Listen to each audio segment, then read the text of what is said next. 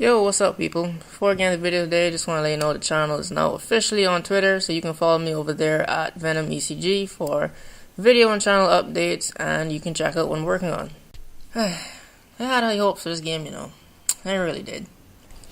The Ghost Recon Wildlands beta is now over, and if you didn't get in but you were interested in this game, I'm gonna let you know what you're in for. So I started the game all excited, I'm gonna go kill me some drug lords and save Bolivia, right? Wrong. Game started off with a video of a developer or whatever he was talking about the game and how excited he was that community get to play it. And I was like, okay, yeah, cool. But he started talking and going on and on and on. And I'm like, alright nigga, I don't care anymore. I just want to play the game. And I tried to skip, and I couldn't. So I had to sit and listen to him talk for like 5 minutes about the game. And then the menu showed up. I'm like, alright, cool. Now I get to kill drug lords and save Bolivia. Wrong. Another video. This one was like 3 to 5 minutes, like the intro to the game. Couldn't skip that either. 10 minutes in, I am bored, and I haven't even walked around yet. So after that, the character customization screen comes up, and I'm like, yes, finally, I get to play. And after I finish customize, you know what happens? They hit me with another fucking video. 5 minutes, and this was actual cutscene for the game. And it was fucking terrible. The dialogue was dry. It was kind of skipping, but I didn't make a big deal of it because it's still a beta. But dialogue was terrible. It was boring. I actually got up and went to the kitchen because I wasn't interested anymore. 15 minutes in, I didn't even get to fucking walk around. They're just showing me videos and cutscenes. Now, this lack of interest followed me when I actually did get to play the game, because as I'm walking around and getting to learn the controls and things like that, I just have this sense that, why have I played this game before? Why does it feel like I played this before? What is it? There's something about this game. And then it hit me. I have played this game already. 3 times. If you didn't notice it while playing, then you might notice it now. This game is a blend of other games. So to me, it doesn't really feel like a new game. It just has a Ghost Recon title slapped onto it. This has the gameplay mechanics of the Division. Yeah, there we go, got it. Gameplay mechanics of the Division. This has the heads-up display from Far Cry, even the minimap and some of the icons, they look really familiar. And it has the terrible driving physics of Watch Dogs. So yeah, those 3 games bundled up into one, and there you have it, Ghost Recon Wildlands. This review isn't all negatives, that's just my first impressions for the game. If you haven't played any of the games I listed, then you should be fine. The friend I was playing with, he hasn't played any of those, and he was fucking loving it because it was new to him. So, yeah, if you haven't played any of those games, or you have and still like it, then that's cool. But let's get into some positives on what we did right, and what I actually enjoyed about this game. Customization. Like I said in my last review, I love to customize things, and this game has no shortage of it. Well, unfortunately, most of it was locked in terms of the guns, but for character customization, majority of it was unlocked. Only a few shirts were unavailable, but yeah, I really enjoyed this. You could customize, gender, skin tone, shirts, vests, backpacks, even ghillie suits. That was a first for me. Gloves, and you can even put patches on your backpack. So yeah, that was pretty cool. I like that. Another feature I really liked is you can customize on the go. You don't have to go to a shop or anything like that. Just press a touchpad. You can change your clothes, guns, and everything from wherever you are in the world. Also, the gameplay, it doesn't pause or slow down. You could be in the middle of a firefight and change your clothes to suit, whatever environment you're in. Like I said, you can customize your guns on the go, but there's a feature you just remove the suppressor by pressing up while you're aiming. I so love this. This works for so many situations if you're going in stealthily, but I don't know, shit pops off. You just take off your suppressor because it normally takes some of your damage, and you're good to go. Like, this was one of my favorite features out of the entire beta. It was so useful in so many firefights.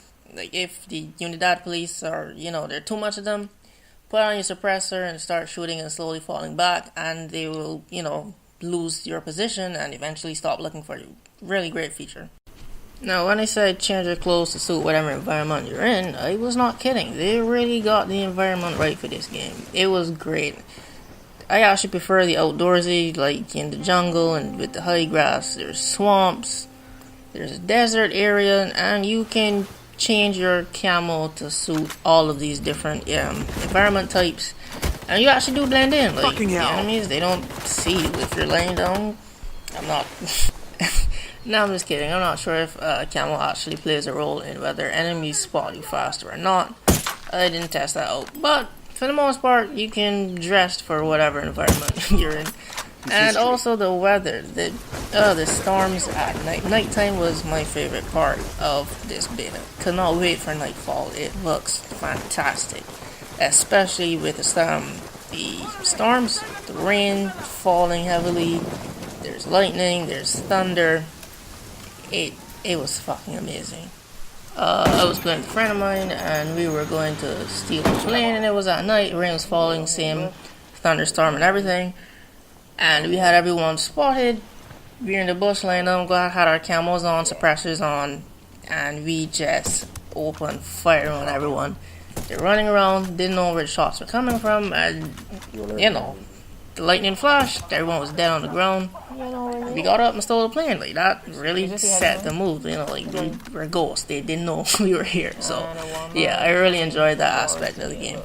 Oh, I also forgot there's night vision and thermal vision. So, yeah, that also comes in handy at night. And if you're fighting enemies in the bush, they're kind of hard to see. So, you just turn on thermal vision and pick up heat signatures, and you're good to go. There's also a skill tree, so you can upgrade certain things, like weapons, your health, drone, battery life, and range, and buy parachutes, more grenades, a whole bunch of other things that suit your playstyle. And if you're playing with friends, then y'all could each work on strengths instead of everyone trying to gather everything.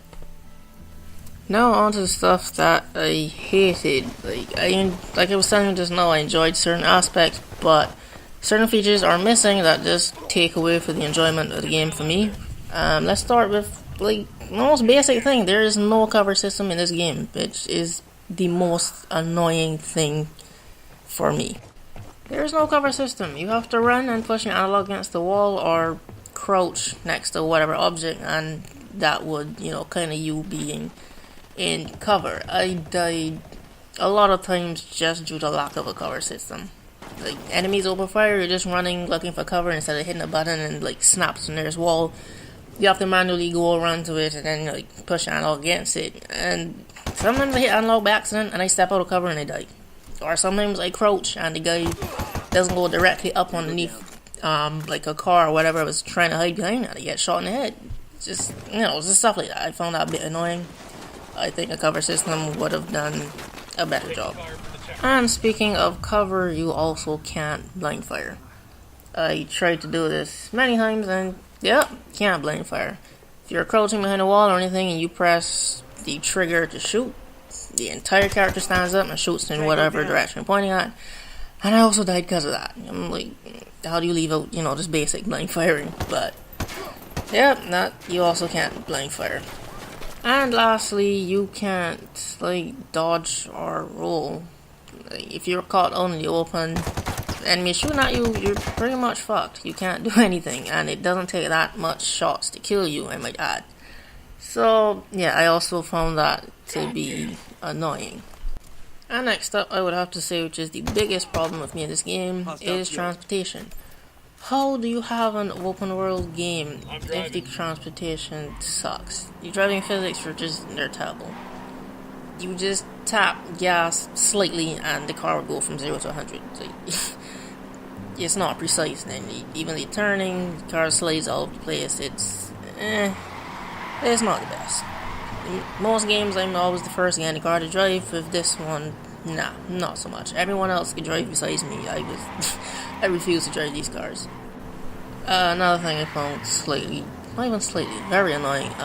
There's these radios just fucking everywhere. You get in the car, you can turn off the radio, but sometimes if you're walking around during mission, you'd hear these radios playing.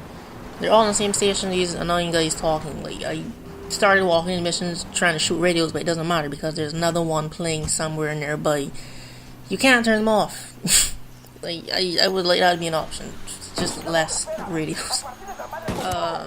If you try to spawn on your friends, like fast travel, it spawns you so far away from them. Like, you can't spawn on them and just spawn next to them. Like, we actually tested this. I was next to my friend, and he pressed fast travel, and the game spawned him like 300 meters away. So yeah, that's another one. And also, you can't crawl if you're down. Like, your character just drops into the ground, you stay there.